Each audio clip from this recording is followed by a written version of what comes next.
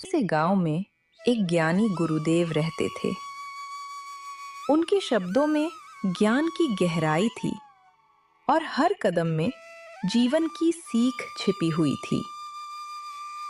गांव के लोग उन्हें बहुत मानते थे। कई सालों तक उन्होंने शिक्षा दी, भलाई की राह दिखाई और जीवन में सही निर्णय लेने की प्रेरणा दी। गुरुदेव के आश्रम में उनका एक चेला रहता था जिसका नाम था अढ़ैया। भोला था लेकिन दिल से सच्चा। हर दिन ध्यान करता पर उसका मन बार बार भटक जाता।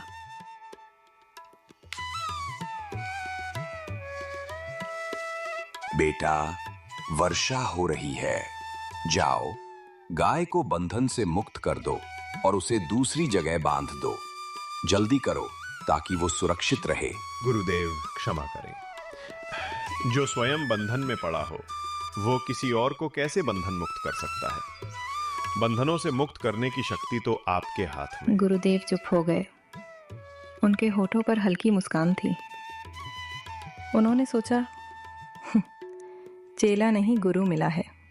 गुरुदेव उठे, धीरे धीरे गाय के पास गए। उन्होंने उसकी रस्सी खोली और उसे छांव में सुरक्षित स्थान पर बांध दिया। बेटा, जरा बाहर जाकर देखो, क्या अब भी वर्षा हो रही है या रुक गई? गुरुदेव, वो बिल्ली आपके पास बैठी है जो बाहर से आई है। आप बस इसके शरीर पर हाथ फेरिए। अगर गीला है तो वर्षा अभी भी हो रही है और अगर सूखा है तो वर्षा थम चुकी है। गुरुदेव ने चुपचाप उसे देखा और मुस्कुराए। उन्होंने समझ लिया कि यह अड़ैया न केवल तर्क में निपुण है बल्कि भाव और अनुभव की गहराई को भी पहचानता है।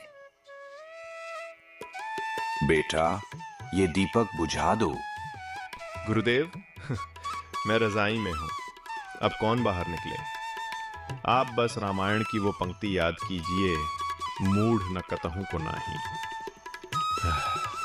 आप अपनी आंखें बंद कर लीजिए और दीपक को बुझा हुआ समझ लीजिए। गुरुदेव जानते थे, ज्ञान किताबों से नहीं, अनुभव से आता है। और अड़ैया ये बात धीरे धीरे समझ रहा था, क्योंकि चाहे शिष्य कितना भी बुद्धिमान हो जाए, गुरु तो गुरु ही रहता है और चेला उसका सदा चेला। अढ़ैया बेटा, आज परीक्षा है। बताओ, सबसे कठिन साधना कौन सी होती है? गुरुदेव, आपकी डांट सहना। अरे नालायक! अगर तू ये सह गया तो समझ ले तू सच्चा साधक बन गया। तो फिर मैं तो जन्म से साधक हूं गुरुदेव, क्योंकि रोज आपकी डांट खाता हूं। थोड़ी देर बाद तेज बारिश होने लगी। गुरुदेव बोले, अढ़ैया, जाकर गाय को अंदर बांध दे। गुरुदेव, बारिश इतनी तेज है, अगर मैं गया तो भीग जाऊंगा। अरे तो छाता ले जा। गुरुदेव, अगर छाता ले गया तो गाय कहां ढकेगी खुद को? बेटा, कभी कभी ज्यादा सोच भी मूर्खता बन जाती है। गुरुदेव, तो क्या सोचने की भी सीमा होती है?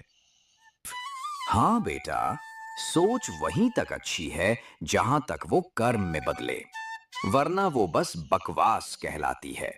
अड़ैया अब सच में सोचने लगा था, शायद मैं गुरुदेव से ज्यादा समझदार हो गया हूं।